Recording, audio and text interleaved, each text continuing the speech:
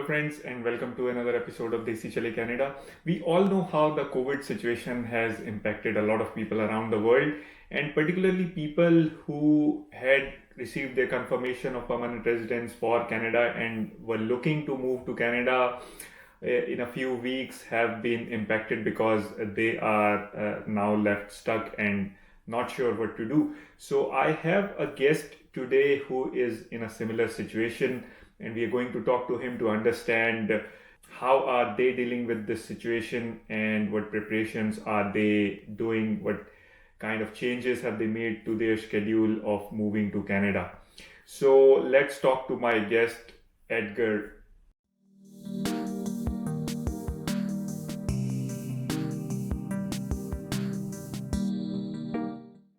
So thanks, Edgar, for joining us today. How are you? Most welcome. I'm good. I'm good.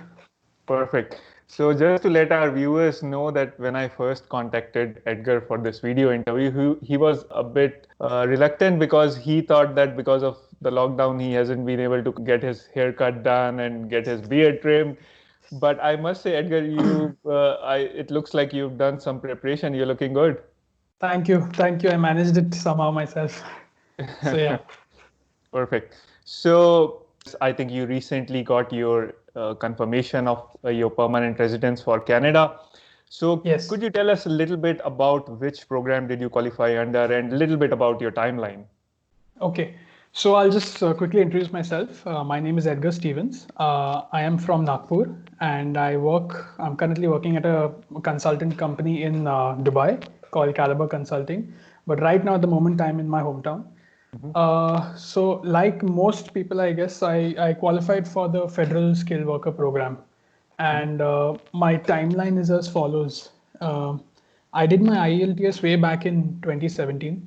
My WES, I got my result in June, that is 13th of June, 2019. Then I did my medicals on the 28th of June, 2019. I got my acknowledgement of receipt on the 24th of July, 2019. Then I completed my biometrics on the 22nd of August, 2019. And finally, I had to submit my passport on 2nd Jan. And then I was ready. I mean, I was ready to fly towards the end of March on 27th.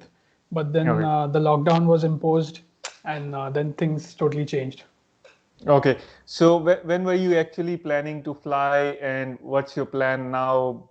How has the COVID situation impacted the entire thing? Right. So I was ready to fly on in March, and before that, I had done all my preparation. My bags were packed. I went on to Kijiji. I was talking to certain people for my place to stay, and everything was set.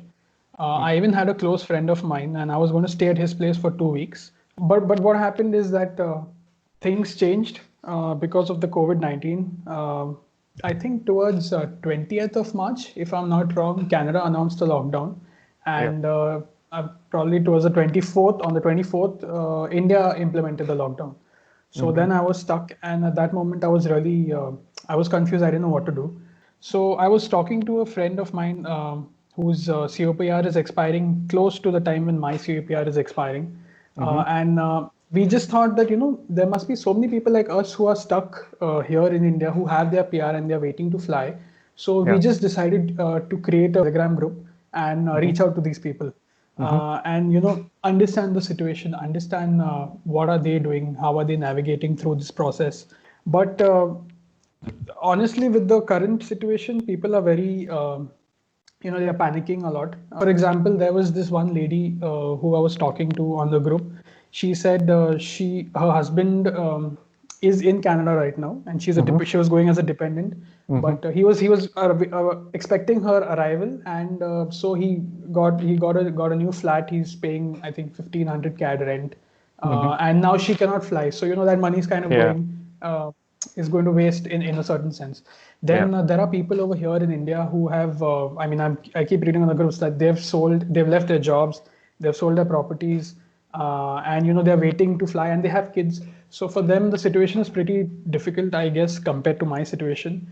But at the same time, I believe the Canadian government, they are taking a lot of effort from their end. Like for example, just I got an email from the government stating like what the process is, what we need to follow Mm-hmm. right now. Mm-hmm. So we need to raise a web form if we are not able to travel. Mm-hmm. And once we are able to travel, we should raise another web form. And they've given a certain set of instructions what to do, and kind of they are helping diffuse the situation, and not because they know people are going to panic. So they're kind of calming the situation down, and that's really good on their part. So have they extended your the date of your last landing? Is that so? My PR will expire in June, end Okay. of June. Mm-hmm. And what they have done is they have identified people whose PR has already expired, or whose Okay. PR is going to expire in the next 2-3 months Right. or whatever. And they've given Yeah. them like a 6 month extension. So that is really helpful. Mm-hmm. Of course, we have to fill in the web form. We need to raise the web form and do all those formalities. But that's something very good what they have done for us. So tell me something like, in a sense, you've got some more time before you fly to Canada. How Yes. are you utilizing that time? Right. So I'm currently working right now. So basically, there have been many job losses in Canada. I mean, more than 1 million, if I'm not wrong, or Yeah. probably close to 3 million, something like that. The figures, something like that. So when those people get into the job market, the competition will be even more tough.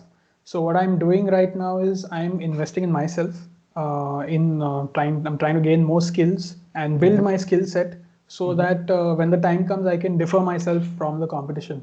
Mm-hmm. So that's my strategy right now, is just to so I've signed up for a couple of courses on Udemy, and I'm just going through like digital marketing courses.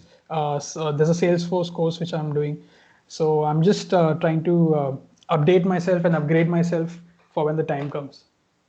No, I think that's a very good strategy, because rather than just sitting and waiting and getting frustrated over it, I think Right. you should take this time to upgrade your skills, as you said. And that would Definitely. be, I think, my message to all the prospective immigrants as well. Okay, Right. so let's rewind a little bit. So when you first planned to move out of India, why did you choose Canada as your go-to destination? And we know a lot of people who want to immigrate out of their home countries. They have to choose between Canada and Australia. So did you have to make Yeah. that decision as well? And then again, why did you choose Canada over Australia or over any other country? Yeah. So, I mean, Australia is a great country, but I never considered Australia right from the start. My focus was on Canada itself.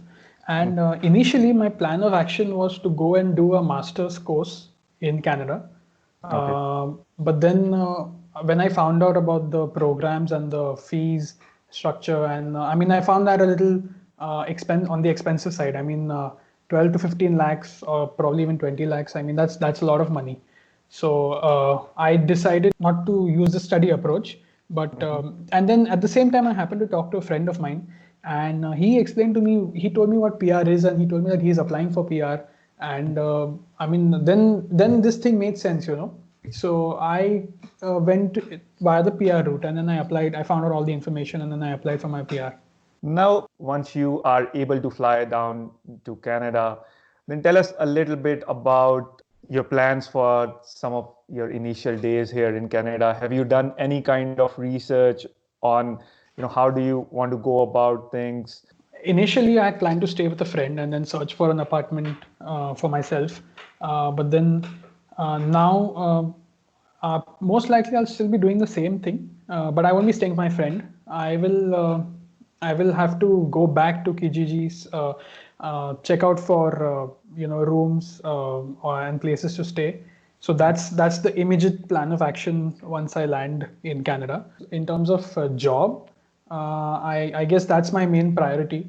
So I will be, I'll try to contact recruiters, float my resume around, go to job fairs, try to focus on my LinkedIn profile, make it more strong.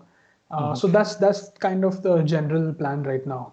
And also one more thing, I'm learning to cook, so that thing is going to come in very handy. You can bet on that 100%. I have Yeah. learned to cook a lot of things myself. So Yes. I think you are on the right track. Yeah. So, the reason why I asked you this question was I just wanted to understand, how a new immigrant goes about it. Because when I moved to Canada a few years back, I did my research as well. There wasn't that much information available on the internet during those times. Yeah, the main thing is because of people like you, YouTubers. I mean, we are so grateful to YouTubers who take time and effort and make such amazing videos, which provides us with exactly the right information that we need. So thank you, thank you for that. Thank you so much for your support and the support of all our subscribers and viewers. And just to let Most my welcome. viewers know, I didn't ask Edgar to say all this. Oh yeah, no, you So, didn't, you didn't. I'm just saying it by myself. Yeah. thank you. Okay, so now we talked a little bit about the job market here. You've done your research. You know that there have been job losses in Canada because of the COVID situation. Yes. So you as a new immigrant who will be landing in Canada in a few months from now, looking for a job and competing with all the people who will be going back to the job market, Yes. what are your strategies to find a job? So yeah, the economy at this point of time is pretty bad, and so my plan of action is not to go immediately right now. Also considering the COVID situation, I'm waiting for that to things to settle down a bit. Once I land over there, as I said before, the main strategy is to work on my skills and do as much of research as possible. Talk to connect with recruiters. I'll probably start floating my resume from uh, early on itself, of maybe 3-4 months before I land in Canada. And yeah, that's more or less the general strategy. That's a good strategy, but one thing I would like to suggest to all my viewers is to not to say no to anything. When you move to a new country, you have to work your way up. So don't think Yes. that something is beneath your position what you had probably held back in your home countries. Right. So just be patient, be persistent, and you'll definitely get there. Okay, so once you do move to Canada and situation normalizes, things settle Yeah. down, how do Yeah. you see yourself in probably 2, 3, 4 years down the line from now? So I guess it's this general answer. What I mean, get a well-paying job where I can add value to it. The second thing is probably get a place of my own, and hopefully I can get a car also in the next, I don't know, 3, 4, 5 years. So that's the general plan. We hope that you definitely get to realize your plans. My last question would be, what's your one advice to somebody who is a would-be immigrant to Canada who is planning to make this big move to shift to Canada in a few months from now? Somebody who has Right. probably just started their PR process or are planning to start their PR process. So what's your advice for them? One kind of word in terms of advice, which is Mhm. perseverance. I think that's the most important thing. I mean, I really struggled to get my documents into place and do in during this process to get everything into place and within the timelines. But yeah, you need to be resilient because things may go in your favor, things may not go in your favor, and then you need to know how to bounce back and get back on track. Uh, Also, when I was in doing my process, there were many people who came and asked me for information, and they started talking to me about my process once they got to know that I am applying, and then I got to know that they are also applying for the process. I ended up making friends on Facebook with someone whom I had no idea about. Then I made another childhood friend of mine. I got back in touch with him through this process, and Mhm. it builds character, this process. Okay, I mean, Yeah. because the struggles what you go through, it builds character and it kind of prepares you for life in Canada. And really, I mean, the story doesn't end after you get your PR. The story just starts. Absolutely. I think you made a very valid statement Yeah. because what people think is once they've got their PR, they're set for life. It's not like that. The real Yeah. struggle Yeah. begins when you actually get your PR, when you move to the new country. You have to be prepared for that. You have to be well researched for that and Yes. make sure that you go out there with a set plan, follow that plan, Be Absolutely. persistent with things, and that's how you're going to succeed. I think that's the mantra Absolutely. for life. Yeah, correct. I agree. Okay, so I'm done with my questions. Do you have anything else to add? I'm just hoping and praying that this situation across the world things improve fast, and already there's a lot of damage caused. And I just want to end on a positive note that things will improve. We just need to have patience, and yeah, let's see how things go. Perfect. I think we hope that as well. All of us hope that things will get better. Be positive. So thanks, Edgar, for joining us today on Desi Chale Canada. I think you've been of real help, for somebody who wants to Thank you. move to Canada. Your Thank you. experiences will definitely help a lot of people. So thank you I so much. hope. I hope.